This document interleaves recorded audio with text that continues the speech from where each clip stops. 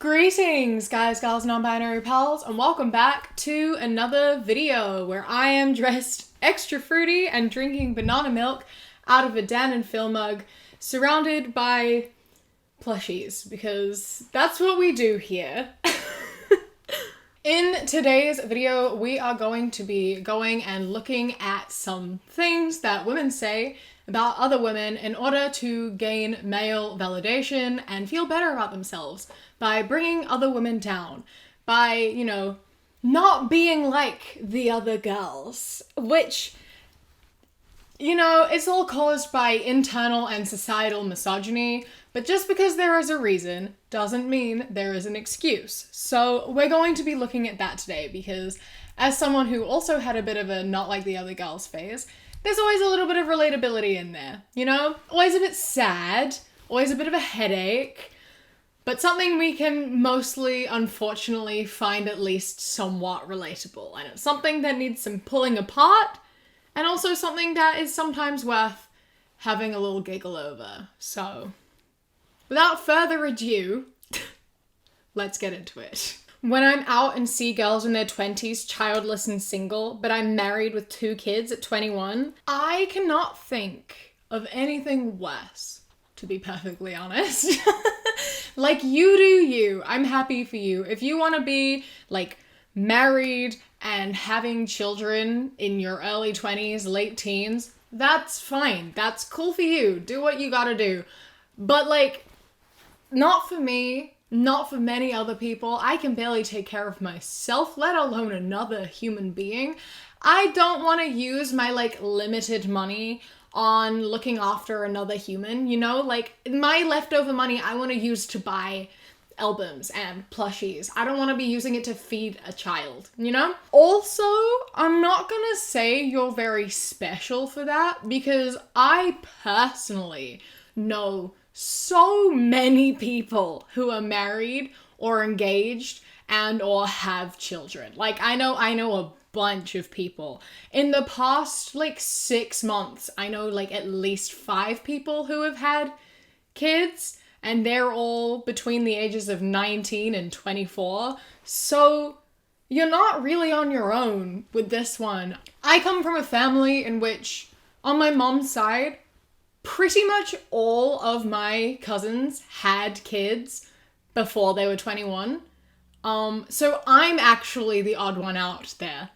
The one who doesn't have children.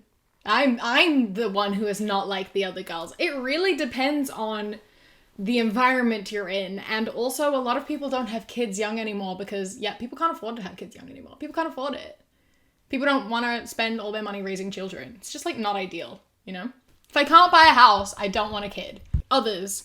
What the frick? You watched porn again? Gross pervert. I'm sorry, babe. I won't do it again. I promise. Don't break up with me. Me. Anata, what are you doing? Watching hentai again? Let me join next time, perv. Yes.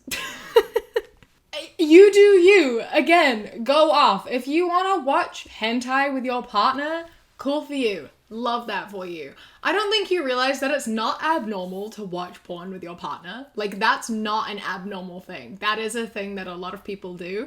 It can be really healthy. It can actually help your relationships if you're watching the, right type of porn, in terms of if you're watching stuff that's, ethical and real, that can help your relationship because you can learn things about each other and each other's desires, and it can be just, a good quality bonding learning time, It's not that abnormal. It's something that I think a lot of people want to do and don't talk about it, but should. You don't have a flex over people for wanting to watch hentai with your boyfriend. That's cool for you, man. Great. But, that's not my business. And it's not your business what other women do, either. I was the only girl doing her 7-mile hot girl walk up a mountain today wearing my platform sandals and my belt bag. Everyone else was wearing hiking boots and backpacks. Don't act like you don't understand why people were wearing, appropriate hiking wear. Why was I the only one wearing platform sandals and a belt bag? Why was everyone else wearing appropriate hiking gear? That's so weird. I can't believe they would do that. obviously people are gonna wear what's comfortable. I'm gonna wear what's comfortable when I go hiking, if I go hiking. Because, like, I don't want to break my ankle. I don't want to, like, overheat. I want to be comfortable because I'm already doing an uncomfortable activity, you know? This isn't an episode of Pretty Little Liars. I'm not going to be running through the woods wearing stilettos. I'm not going to be doing that. This is old, like 2 years old, but it was in the subreddit, so let me live. It's from Caitlin Bennett, so everyone's probably already seen this. Honestly, letting women vote in this country wasn't one of the best ideas. Females vote with emotion and overwhelmingly support democratic feel-good policies that take away our actual rights. I'd rather lose my right to vote than lose my right to defend myself with a firearm. Do you hear the words that you are saying? I love that it's like, women want to vote Democrats who want to take away our actual rights. I vote conservative and would like to lose my right to vote so I can have my right to a firearm. Honey, if women lost their right to vote, I promise you they would also lose their right to have a firearm. Like, you can't have both. You can't be not allowed to vote as a woman and also be allowed to have a firearm, because the reason you can't vote is because you're not seen as a person. You're seen as property. Property can't own property. If you can't vote, you can't have a gun. And also, why... I love the hypocrisy of, like, women only use emotion. Women never use logic. But you guys should listen to me, because I am a woman who doesn't use emotion and I only use logic. Stop it. You can't say women only think with emotion, they don't use any fact or thought, they don't know what they're talking about, and then talk as though you know what you're talking about and that you have all the facts, and that all women who vote conservative also know all the facts. You can't have both. Either women are people capable of thought and emotion, or they're all incapable of thought and emotion. You can't have both. Like, yeah, some people are more emotional and some people are more analytical. That's fine, but that exists across the gender spectrum. Everyone is different. And wanting equal human rights and, like, more mental health support, etc., that is sure an emotional thing, but it's also a very logical thing. Wanting your firearms and being angry about not having your firearms, that is kind of emotional. And I think you don't realize that a lot of conservatives and Republicans vote with emotion because they're angry that other people are getting rights, because they don't want that. They're angry that they have to, like, pay taxes and help people. That's an emotion. So, you're getting dressed to go to a Halloween party right now, but I'm sitting here eating supper with my sweet boyfriend and then going home to watch a movie. We are not the same. Fun fact, you can do both. Did you know that? Did you know that you can have a sweet boyfriend and go out for dinner and also get dressed up for Halloween and go to a party, and you can go together or you can go alone? Like, it doesn't matter. You can do both.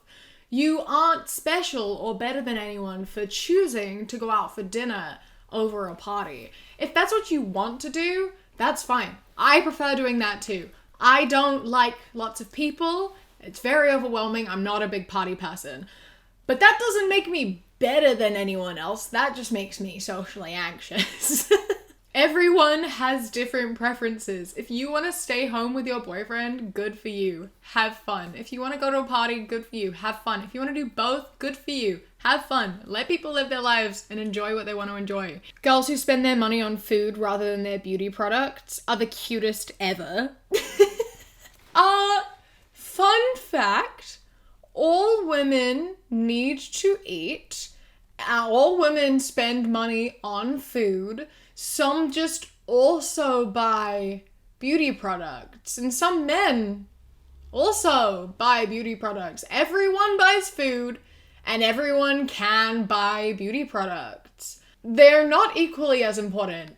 Food is definitely much more important. Absolutely. This whole thing of, like, women don't buy food, and that's, like, so unappealing. I want a woman who eats. Like, all women eat.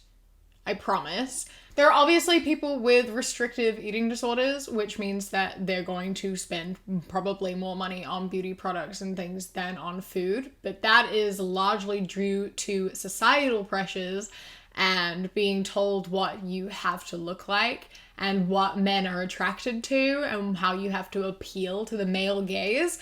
And then men are out here like, I want a girl who buys food, but then also is like, I want a girl who is really stick thin. Like, the double standards and the expectations are so fucking ridiculous and bothersome and annoying. Eat food and buy beauty products and do whatever you want. Food should always be the priority. If you only have a certain amount of money, absolutely buy food.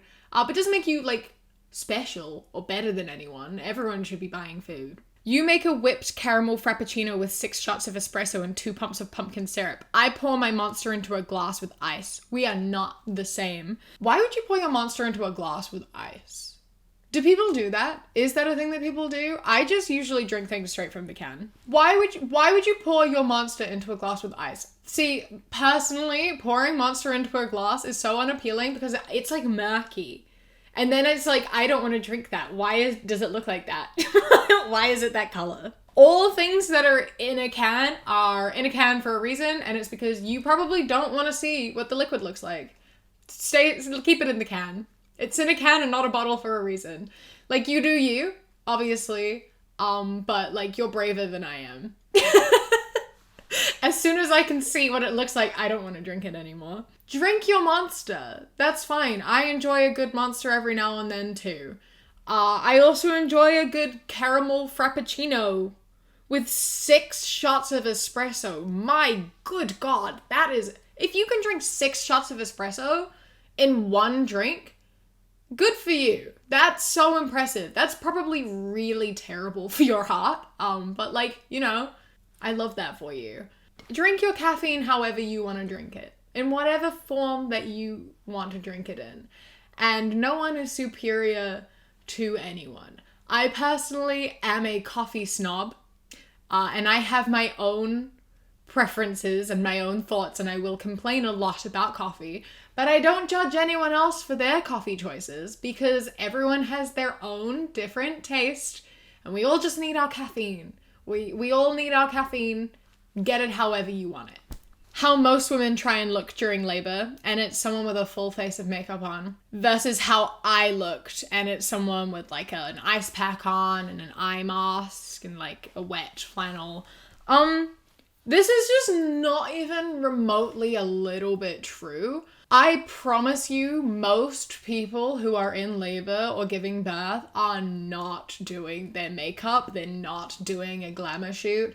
That's something that has only started quite recently, as far as I'm aware, due to, you know, social media and wanting to look your best on social media. And it's kind of sad, honestly, that you think you have to look perfect in such a very, like, intense and raw and, like, natural moment.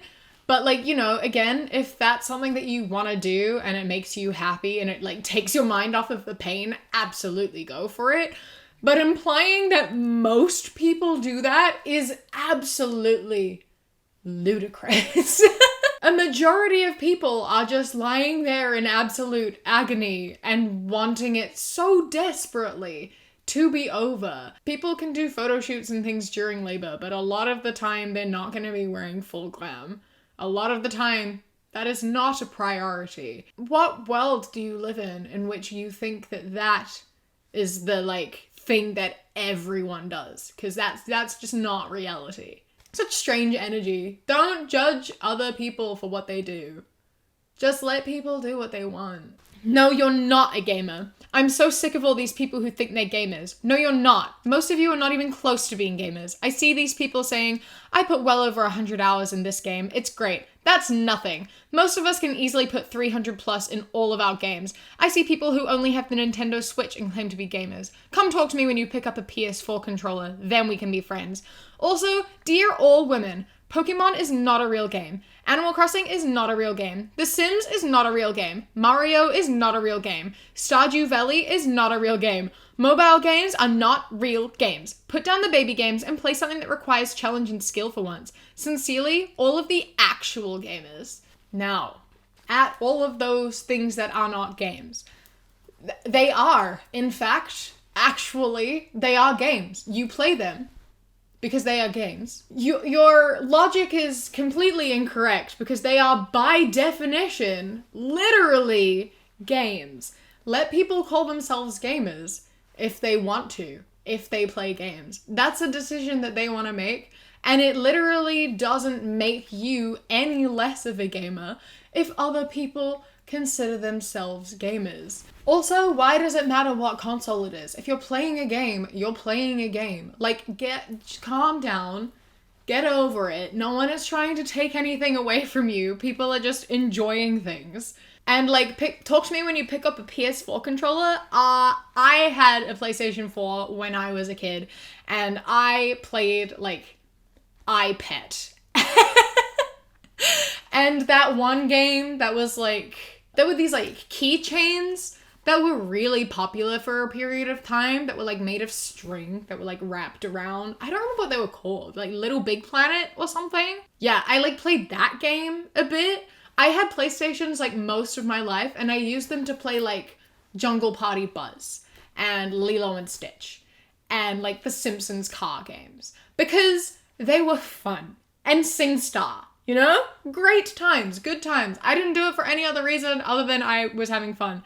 I would not consider myself a gamer. I never would have considered myself a gamer, but I have picked up a PS4 remote. So, by your definition, does that make me a gamer? Because I played games on the PS4?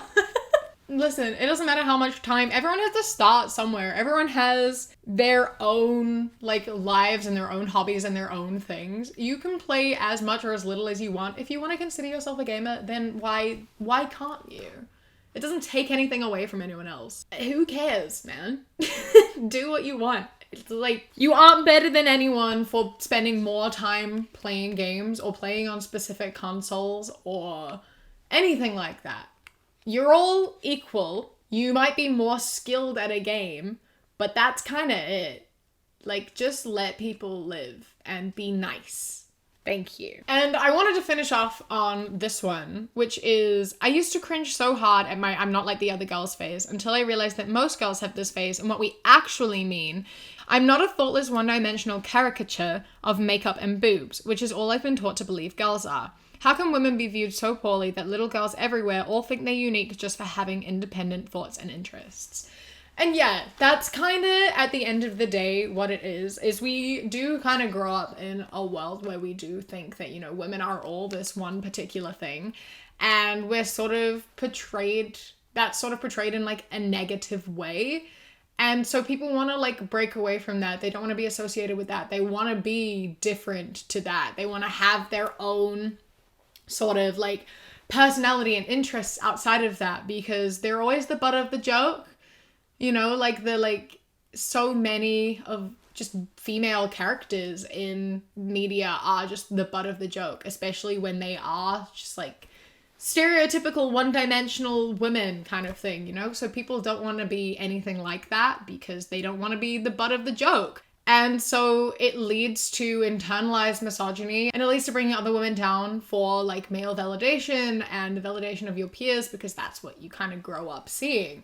Especially in like primary school era, I kind of, at least personally and within my friend group and environment, noticed that like as like young kids, I was into a lot of really girly things. I really liked like pink and fairies and princesses and all that. A lot of that was like my favorite thing by my own choice.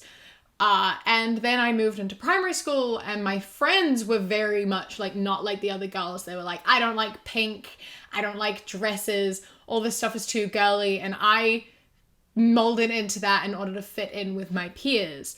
And then by the time we got out of like primary school and we started moving towards like intermediate and then especially more into high school, you start enjoying the things you did when you were a kid again, because you kind of realize that you forced yourself to not enjoy them because you thought they were like not cool, or you thought that like they were too much what everyone else enjoyed. So you made yourself not enjoy them, and you finally let yourself go back and enjoy the things you enjoyed when you were a child. And that gets more and more so even as you get older, that like continues on. And I find that really interesting. Like, I made myself like despise the color pink for like most of my primary school years. And then I got to like year 11, year 12, once I'd left primary school and started at intermediate, and I started to really like pink, and it slowly like I got more and more interested back into like things that I used to enjoy. Like, I started wearing dresses a lot. I started doing my hair and my makeup, because I was always told that, you know, that's not a thing you should do because that's like gross and girly and that's not good. That makes you like weak. And so I never did it. And then like finally learning that that's like okay, and it's okay to be feminine and embrace your femininity and be a girl was really cool. And I really enjoyed getting more in touch with that part of myself, because I've always been a very feminine person. It's interesting how I like kind of was very feminine for a long period of time, and I've kind of like, I'm not feminine, obviously, but I am now more in a place where I am comfortable within my femininity, to the point I don't feel like I have to overly express being feminine all the time, if that makes sense. Like, I wore dresses like all the time, like every day for a really long period of time, and I would dress extremely like femme and girly and etc. Not because anyone was forcing me to, not because I felt like I had to, but because I'd lost touch with that part of myself for a long period of time. And it was nice to finally feel like I was able to express that part of myself again. Then I got reconnected with it, I felt more comfortable within it, and then now I'm like more able to be myself, you know? I found where I fit within that sort of energy, if that makes sense, I think. Anyway, that was a long rant about nothing. But basically, it's interesting how we all feel like we have to pretend to be someone we're not, or we have to stray so far away from what society perceives as like feminine. It's really interesting though, because you get it from both angles. So you get like every woman, no matter what they do, will be like, I'm not like the other girls because I blank. And it's like, yeah, but like so do a lot of other people. Everyone does something. You're not abnormal. You are like the other girls. We are all like each other in some way or another, and we should be lifting each other up and admiring our differences and acknowledging that we aren't all the same, because that's really cool that we're all different, and it's cool to have commonalities with others and also differences with others. And it's nice to find your community, and isolating yourself from other women is not it. Like, you get like trad wives being like, I'm not like the other girl, I stayed in with my boyfriend and we had a lovely home cooked meal. And then you get the people on the other side being like, I'm not like the other girls, I go out and have casual sex with like a different guy every night. Like, those are two absolute, like, they're more extremities, you know, but like they're coming from completely different sides of the spectrum, and I find that really interesting. Anyway, this has been my video. I hope that you did enjoy. A massive thank you to my Sprout and Above patrons, whose names are up on the screen right now. And a huge thank you to my Kiwi Cat patrons: Wolf, Toulouse, Bobby, Sparrow, Josh, Mandy, Robbie, Christy, Ikazel, the Alienated Librarian, Non-Euclid System, Skylar Dowd, Ishtar Hope, and Eldo. I love and appreciate you all so much. Thank you so much for joining. If you would like to become a patron, you can go to patreon.com/savvycat or click the top link in the description. You get my videos a day early, as well as podcasts a week early for only £1 a month. And then for £3 and up, you get things like a monthly live stream, outtakes, vlogs, and more. So if you check that out, that would mean the world. Everything helps, and I appreciate it immensely. Don't forget to follow me on Instagram, The Queer Kiwi, and Twitter, That Queer Kiwi. I hope that you enjoy the rest of your day. Stay safe. Keep fighting. I love you. Mwah.